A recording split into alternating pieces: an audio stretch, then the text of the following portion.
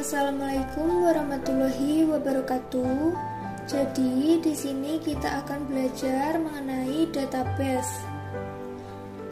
Sebelum itu, perkenalkan, nama saya Yunita Putri Dwi Lestari dari jurusan D4 Transportasi Laut Polbit. Nah, materi yang akan saya bahas kali ini, yang pertama mengenai pengertian dari database, yang kedua tujuan, ketiga struktur, keempat komponen, kelima model, dan yang terakhir ada SQL. Jadi, apa sih yang disebut dengan database atau bisa kita sebut juga dengan basis data? Basis data adalah kumpulan data yang saling berhubungan yang disimpan secara bersama sedemikian rupa dan tanpa pengulangan atau redundansi yang tidak perlu untuk memenuhi berbagai kebutuhan. Nah, itu merupakan definisi dari basis data. Jadi di sini kita sudah mengetahui dasar dari basis data itu apa. Maka kita akan ke materi yang selanjutnya, yaitu tujuan dari basis data. Yang pertama ada kecepatan dan kemudahan. Maksud dari kecepatan dan kemudahan di sini, melalui basis data diharapkan pengguna dapat melakukan penyimpanan, perubahan, dan menampilkan kembali dengan cepat dan mudah. Yang kedua, efisiensi ruang penyimpanan. Jadi, penggunaan basis data mampu mengurangi pengulangan atau redundansi data. Hal itu dapat dilakukan dengan menerapkan sejumlah pengkodean atau dengan membuat relasi-relasi dalam bentuk file antara kelompok data yang saling berhubungan. Yang ketiga, keakuratan. Melalui basis data, keakuratan data lebih terjaga dengan menerapkan aturan dan batasan tertentu, tipe data, domain data, dan keunikan data. Yang keempat, ketersediaan. Jadi, dengan basis data yang sudah tidak dipakai dapat dipisahkan dari sistem database yang sedang aktif. Hal itu dapat dilakukan dengan cara penghapusan atau memindahkannya ke media backup untuk menghemat ruang penyimpanan. Yang kelima, kelengkapan. Jadi di sini agar data yang dikelola senantiasa lengkap baik relatif terhadap kebutuhan pemakai maupun terhadap waktu. Hal itu dapat dilakukan melalui penambahan record-record data, perubahan struktur basis data, penambahan field pada tabel atau menambah tabel baru. Yang keenam, keamanan. Walaupun tidak semua sistem basis data menerapkannya, keamanan dalam penggunaan basis data diberlakukan pada sistem yang besar. Dengan penerapan ini, setiap pengguna dibedakan hak aksesnya, yaitu ditentukan objek-objek mana saja yang dapat diakses dan proses apa saja yang bisa dia lakukan. Yang terakhir ada kebersamaan.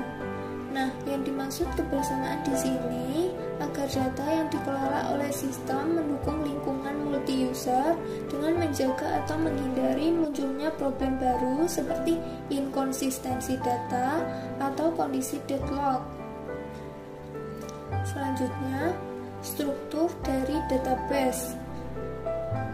Struktur dari database diorganisasikan ke dalam bentuk elemen data atau biasa kita sebut dengan field. Jadi, elemen data merupakan satuan data terkecil yang tidak dapat dipecah lagi menjadi unit lain yang bermakna.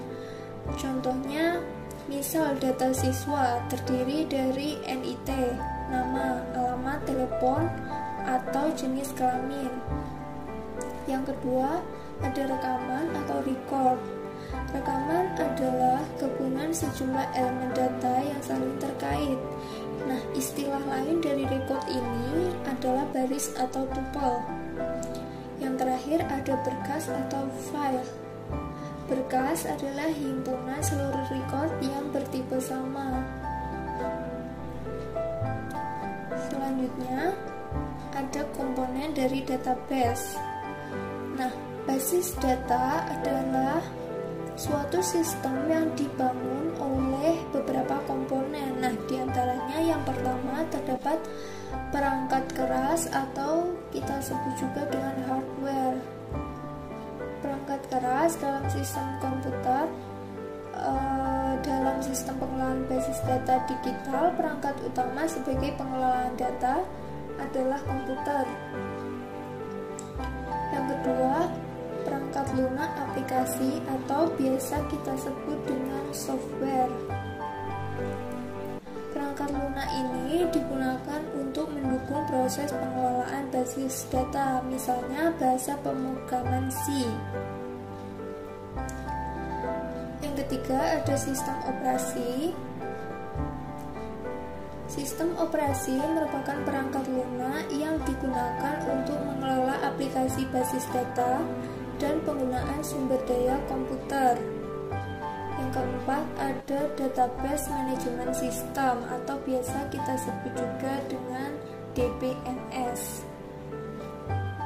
Nah, DBMS ini merupakan program aplikasi untuk pengelolaan basis data seperti Microsoft Access, Oracle, dan lain-lain.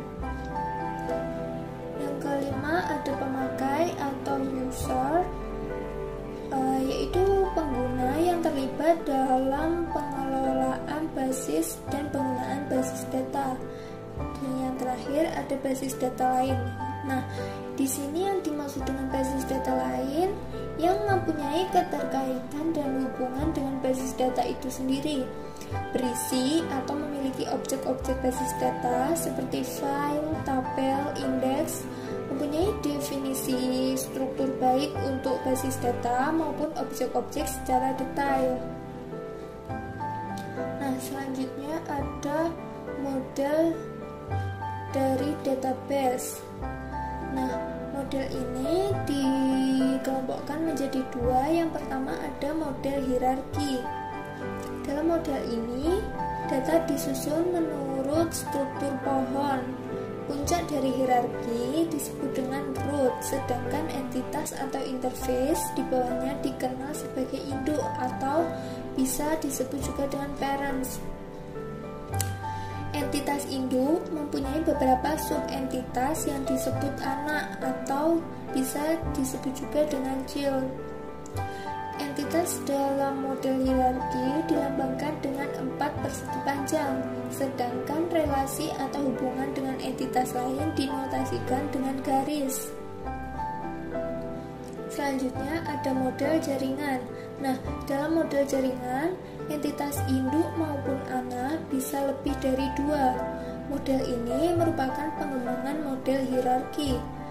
Relasi antara entitas dalam model jaringan adalah 1 ke 1, one to one, atau 1 ke banyak, one to many.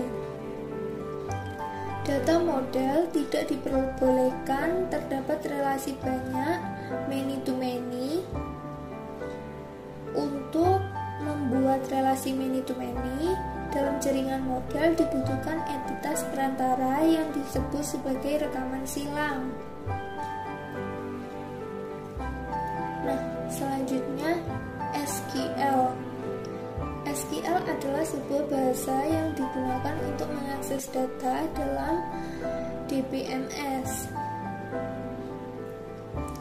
Saat ini, hampir semua server basis data mendukung bahasa ini untuk melakukan pengelolaan datanya. Nah, SQL ini dapat dikelompokkan menjadi 3. Yang pertama ada DDL. DDL merupakan kelompok perintah yang berfungsi untuk mendefinisikan atribut-atribut database, tabel, kolom, batasan-batasan terhadap suatu atribut, serta hubungan antar tabel. Yang kedua ada DML. Nah, DML adalah kelompok perintah yang berfungsi untuk memanipulasi data, misalnya untuk pengambilan, penyisipan, pengubahan, dan penghapusan data. Yang terakhir ada DCL. DCL ini berisi perintah-perintah untuk mengendalikan pengaksesan data. Nah, Nah, sekian penjelasan dari saya mengenai database. Kini kita sudah mengetahui tentang database itu apa. Semoga penjelasan dari saya bermanfaat. Thank you for watching, guys.